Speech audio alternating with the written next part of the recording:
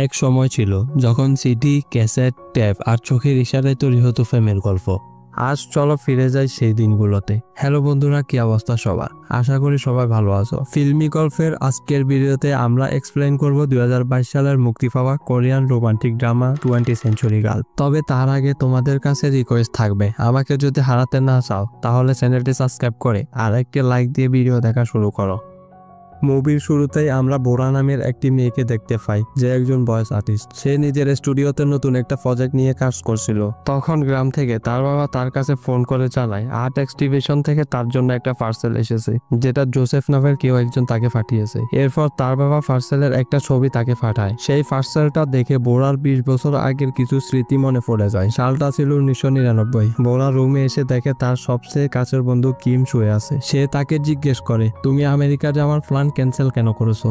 আসলে কিম জন্মের পর থেকে হার্ট ডিজিজ রোগে আক্রান্ত। এখন তাকে বাঁচতে হলে যত দ্রুত সম্ভব হার্ট ট্রান্সপ্লান্ট সার্জারি করতে হবে, যার জন্য তাকে আমেরিকা যেতে হবে। কিম বলে, হার্ট সার্জারি করে কি হবে? আমার তো হার্টই নেই। কেউ একজন আমার হার্ট চুরি করে নিয়েছে। মূলত আজ সকালে কিম যখন তাদের দোকানে ছিল, তখন একটা ছেলে জামার মাপ দিতে আসে। কিমের মা দোকানে না থাকায় ছেলেটা চলে যাচ্ছিল। তখন কিম বলে, দাঁড়াও, আমি তোমার জামার মাপ নিতে পারবো। এটা বলতে বলতে কিম পা পিছলে পড়ে যায়। তখন ছেলেটা কিমকে সাহায্য করার জন্য সামনে এগিয়ে আসে। কিম প্রথম দেখাতেই ছেলেটার প্রেমে পড়ে যায়। এসব শুনে বোরা কিমের এক্স বয়ফ্রেন্ডের বড় একটা লিস্ট বলা শুরু করে। সে বলে, এই নিয়ে অনেকবার তোমার সাথে এমন হয়েছে আর তুমি প্রতিবারই কারো না কারো প্রেমে পড়ে যাও। কিম বলে, এবার সত্যি আমি প্রেমে পড়েছি। ছেলেটাকে দেখার পর থেকে অন্য কিছুই ভাবতে পারছি না। ছেলেটা যে ইউনিফর্ম পরেছিল সেটা আমাদের হাই স্কুলের ইউনিফর্ম। অর্থাৎ কিম আর বোরা যে স্কুলেই পড়তো ওই স্কুলেই ছেলেটা এডমিশন নিয়েছে। এসব শুনে বোরা একটা ইমেল অ্যাকাউন্ট তৈরি করে এবং কিমকে বলে, এখন থেকে ছেলেটা সম্পর্কে সমস্ত তথ্য আমি তোমাকে মেইল করে জানিয়ে দেব,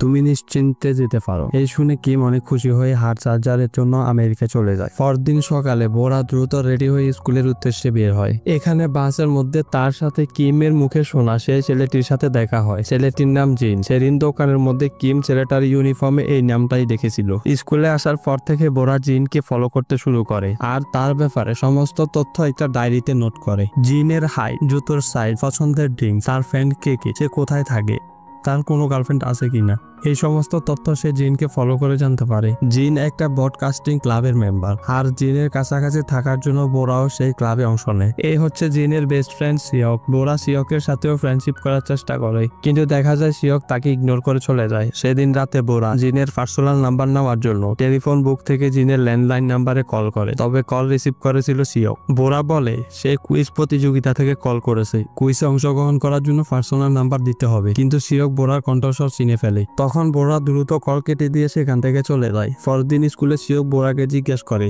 কাল তুমি কল করেছিলে? এবার দেখা যায় প্রথমে বোরা অস্বীকার করলেও পরে সবকিছুই স্বীকার করে নেয়। তখন সিয়ক বলে, আমি তোমাকে জিনের নাম্বার ম্যানেজ করে দিতে পারি যদি তুমি আমার একটা কাজ করে দাও। কাজটা হলো তোমার বইয়ের দোকান থেকে আমার জন্য একটা অ্যাডাল্ট বুক দিতে হবে। এই শুনে বোরা তার কাজ করে দিতে রাজি হয়। সেদিন রাতে বোরা তাদের দোকান থেকে সেই অ্যাডাল্ট বুক চুরি করে পরদিন সেটা স্কুলে নিয়ে আসে। এখন দেখা যায় সেদিন ক্লাস টিচার সবার ব্যাগ চেক করছিল। তখন টিচার বোরার ব্যাগের সেই বইটা দেখতে পায় এবং শাস্তির স্বরূপ বইটা হাতে নিয়ে বাইরে দাঁড়িয়ে থাকতে বলে। ক্লাস শেষ হলে সিয়ক বইটা তার হাত থেকে নিয়ে যায়। সেদিন স্কুল ছুটির পর সিয়ক জিনকে নিয়ে তাদের দোকানে যায়। তখন সিয়ক জিনকে বলে, এই দোকানে নিজের পার্সোনাল নাম্বার দিলে একটা বই ফ্রিতে দেওয়া হয়। এই শুনে জিন তার ফোন নাম্বার রেজিস্টার খাতা লিখে দেয়। এখন দেখা যায় বোরা জিনের নাম্বার কিমের কাছে ইমেল পাঠিয়ে দেয়। কিম সেই নাম্বারে কল করে কিন্তু কোনো কথা বলে না। এভাবে জিনের পছন্দ অপছন্দ সবকিছুই বোরা তার বেস্ট ফ্রেন্ডের জন্য সংগ্রহ করতে থাকে। পরদিন তাদের স্কুল ছুটির পর সবাই চেরি ব্লসম ফেস্টিভ্যাল দেখতে যায়। তখন বোরা সিয়কের কাছে জিনের সম্পর্কে জিজ্ঞেস করে, জিন কেমন মেয়ে পছন্দ করে, ফেভারিট মুভি কি, ফিউচারে সে কি করতে চায়। তখন সিয়ক তার সব প্রশ্নের উত্তর নিজের সম্পর্কে বলে। এটা বুঝতে পেরে বোরা সিয়কের উপর রাগ দেখিয়ে বলে, আমি কি তোমার সম্পর্কে জানতে চাইছি নাকি? সিয়ক ফটোগ্রাফি আর ভিডিওগ্রাফি করতে অনেক পছন্দ করে, তাই সে নিজের সাথে সবসময় একটা ক্যামেরা রাখতো।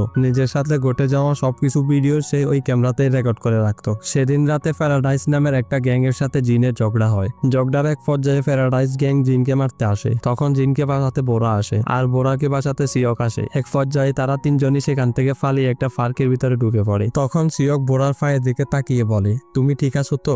আসলে বোরা জিনকে বাঁচাতে গিয়ে নিজের পায়ে আঘাত পায়, যেটা প্রথমে সিয়ক লক্ষ্য করে। পরদিন স্কুলে জিন বাইক নিয়ে আসে। সে বোরাকে বলে বাইকে উঠতে। বোরা যেতে না চাইলে জিন তাকে জোর করে একটা সুন্দর জায়গায় নিয়ে যায়। এরপর জিন তাকে জিজ্ঞেস করে, নিজের রিস্ক নিয়ে আমাকে বাঁচিয়েছিলে কেন? তখন বোরা মনে মনে বলে, আমি এমন একজনকে জানি যে তোমার কষ্টে সে নিজেও কষ্ট পাবে। জিন তাকে জিজ্ঞেস করে তার সাথে ডেটে যাবে কিনা। এই প্রশ্নের উত্তরে বোরা বলে, এটা কখনোই সম্ভব না। এরপর বাসায় আসার সময় জিনের বাইক আর স্টার্ট হয় না, তাই তারা একটা পিকআপ গাড়ি দিয়ে বাসায় ফিরছিল। রাত হয়ে যাওয়ায় জিন তাকে নিয়ে রেস্টুরেন্টে যায় ডিনার করতে। দেখা যায় সেই রেস্টুরেন্টে পার্ট টাইম জব করতো সিয়ক। সেখানে ডিনার করার সময় জিন তাকে সরাসরি প্রপোজ করে। তখন বোরা নিজের বদভ্যাসগুলো বলা শুরু করে। সে বলে, আমি একবারে অনেক বেশি খাবার খাই, প্রতিদিন গোসলও করি না, পড়ালেখায়ও সবসময় 3rd নাম্বার পাই। এইসব বলে রেস্টুরেন্ট থেকে বের হয়ে যায়। আসলে বোরা প্রথম থেকেই জিনকে ফলো করতো, যাতে জিনের ব্যাপারে ইনফরমেশন কালেক্ট করে কিমের কাছে পাঠাতে পারে। কিন্তু জিন মনে করে বোরা তাকে পছন্দ করে, যার কারণে সবসময় তাকে ফলো করে। এখন দেখা যায় বোরা রেস্টুরেন্ট থেকে বের হওয়ার সময় তার পায়ে আবারও আঘাত পায়, আর তখন ওয়াকিং স্টিং রেস্টুরেন্টে রেখে চলে আসে। কিছুক্ষণ পর সেটা ফেরত দিতে আসে সিয়ক। তখন সিয়ক বোরার পায়ের ব্যান্ডেজ ভালো করে বেঁধে দেয়। এখানে বোঝা যায় সিয়ক বোরার প্রতি অনেক কেয়ারিং। এসব দেখে বোরা মনে মনে সিয়ককে পছন্দ করতে শুরু করে। এরপর দিন স্কুল থেকে তাদেরকে পিকনিকে নিয়ে যায়। সেখানে গিয়েও জিন তাকে ডেট করতে বলে। তখন বোরা বলে, আমি তোমাকে পছন্দ করি না, আমি মরে গেলেও তোমাকে ডেট করব না, তুমি শুধুমাত্র আমার ক্লাসমেট, এর বেশি কিছু না। সেদিন রাতে তারা সবাই ড্রিঙ্কস করে, আর বোরা সবার থেকে বেশি ড্রিঙ্কস করে মাতাল হয়ে যায়। তখন দেখা যায় ছেলেরা তাদের ড্রিঙ্কস চুরি করছে। সেটা দেখে বোরা রেগে ছেলেদের রুমের সামনে গিয়ে ডাকতে শুরু করে। তখন নিচ থেকে তাদের ক্লাস টিচার উপরে উঠে আসে, আর টিচারকে আসতে দেখে সিয়ক বের হয়ে বোরাকে নিয়ে অন্য একটা রুমে চলে যায়।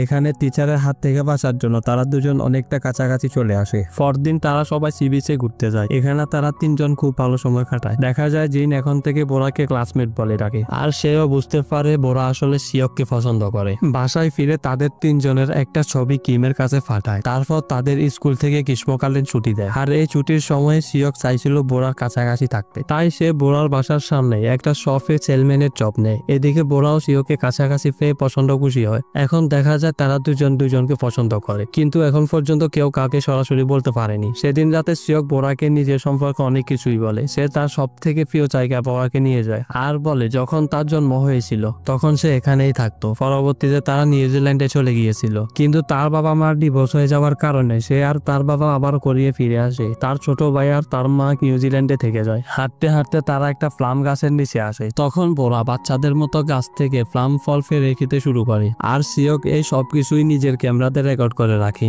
এখানেই তারা সুন্দর কিছু সময় কাটায়। এরপর সিয়ক বোরাকে তার বাসার সামনে পৌঁছে দেয়। তখন বোরা তাকে বলে তার সাথে মুভি দেখতে যাবে কিনা। সিয়ক চুপ করে আছে দেখে বোরা চলে যাচ্ছিল।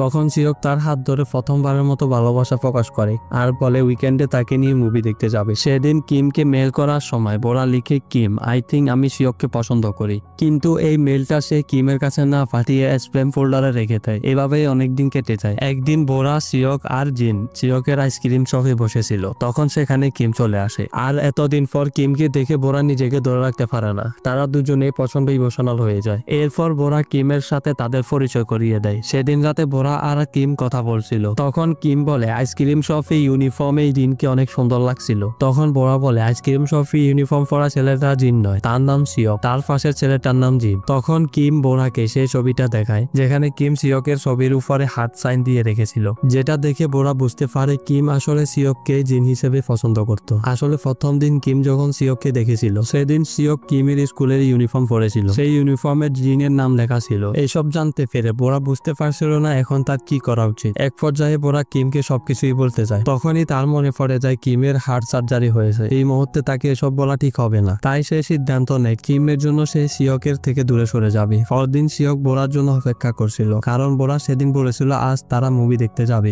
এখন দেখা যায় বোরা না গিয়ে কিমকে পাঠায় সিয়কের সাথে মুভি দেখতে। এদিকে বোরা জিনের সাথে সময় কাটায়, আর সিয়ককে ইগনোর করতে শুরু করে, যার কারণে সিয়ক বোরাকে একটা ভয়েস মেসেজ পাঠায়, যেখানে সিয়ক বলেছিল তাকে কল ব্যাক করতে। সেদিন রাতে বোরা সিয়ককে কল করে দেখা করতে বলে। এরপর বোরা সিয়ককে বলে আমার ভুল হয়েছে, আসলে তোমার জন্য আমার মনে কোনো ফিলিংস নেই। আজকের পর থেকে আমি আর তোমার সাথে কোনো কথা বলতে চাই না। এইসব বলে বোরা এক বুক কষ্ট নিয়ে সেখান থেকে চলে যায়। এদিকে সিয়ক বোরার মুখ থেকে এসব কথা শুনে প্রচন্ড কষ্ট পায়। সে আজ বোরাকে চিঠি দিয়ে কিছু কথা বলতে এসেছিল, কিন্তু কিছুই বলা হলো না। না। সিওক প্রথমবার বোরাকে দেখেছিল তাদের দোকানে, এরপর দেখেছিল বাসের মধ্যে, এরপর ব্রডকাস্টিং ক্লাবে। এভাবেই আস্তে আস্তে সিওক সেই প্রথম থেকেই বোরাকে পছন্দ করত। যেদিন বোরা অনেক বেশি ড্রিঙ্কস করে মাতাল হয়েছিল সেদিন সে সিওককে বলেছিল আমি তোমাকে পছন্দ করি, কিন্তু মাতাল থাকায় বোরা সে কথা ভুলে যায়। এরকম ছোট ছোট অনেক কিছু বলার ছিল, কিন্তু বোরা কিছুই শুনলো না। চিঠির শেষে সিওক লিখেছিল আমি নিউজিল্যান্ডে চলে যাচ্ছি, আর কথা দিচ্ছি শীঘ্রই ফিরে আসবো। এরপর থেকে স্কুলে দেখা হলেও বোরা সবসময় সিওককে এড়িয়ে যাওয়ার চেষ্টা করত। আসলে সেই বা কি করবে, যাকে যে ভালোবাসে, এত ফিলিংস যার জন্য তাকে তার সবচেয়ে কাছের বন্ধু পছন্দ করে। তো যাই হোক, এখন কিমের কথা মতো বোরা, কিম, জিন আর সিওক ঘুরতে যায়। বোরা কিমের সামনে জিনের সাথে ক্লোজ হওয়ার চেষ্টা করে, যাতে কিম কোনোভাবেই বুঝতে না পারে যে সে সিওককে পছন্দ করে। এখানে এসে কিম লক্ষ্য করে সিওক সবসময় বোরার দিকে তাকিয়ে থাকে। তখন কিম বোরা আর জিনকে রোলার কোস্টার রাইডে যেতে বলে, যাতে সে সিওকের সাথে আলাদা সময় কাটাতে পারে। তখন বোরা জিনকে নিয়ে রাইডে চলে যায়। এদিকে সিওক কিমকে বলে আমিও রাইডে যাব। এই বলে সিওক গিয়ে জিনকে কিমের কাছে পাঠিয়ে দেয়, আর সে বোরার সাথে রোলার কোস্টার রাইডে উঠে। ওইদিকে জিন কিমকে বলে তুমি কি জানো সিওক উচ্চতা ভয় পায়? তখন কিম বলে তাহলে সিওক রাইডে কেন গিয়েছে? উত্তরে জিন কিমকে বলে তার দুজন একে অপরকে অনেক ভালোবাসে। এদিকে রোলার কোস্টার যত উপরে যাচ্ছিল সিওকের ভয় ততই বাড়ছে। বোরা বলে উচ্চতা ভয় পাও, তাহলে রাইডে উঠলে কেন? তখন সিওক বলে তোমার সাথে থাকার জন্য। এবার রাইড যখন উপরে উঠে তখন সিওক বোরার হাত ধরে চিৎকার করে বলে বোরা আমি তোমাকে পছন্দ করি। এরপর রাইড শেষে সিওক বোরাকে বলে আমি নিউজিল্যান্ডে চলে যাচ্ছি, সবকিছুর জন্য ধন্যবাদ। সিওক চলে যাবে শুনে বোরা অনেক কষ্ট পায়, কিন্তু সে তার কষ্ট প্রকাশ করে না। সেদিন রাতে বাসায় ফেরার সময় কিম বোরাকে জিজ্ঞেস করে তুমি কি সিওককে পছন্দ করো? তখন বোরা কিছুই বলে না। কিম বলে তুমি আমাকে সত্যটা বলতে পারতে, এতদিন পর্যন্ত আমাকে মিথ্যা কথা বলেছো। বোরা বলে আমি বুঝতে পারছিলাম না বিষয়টা কিভাবে হ্যান্ডেল করব।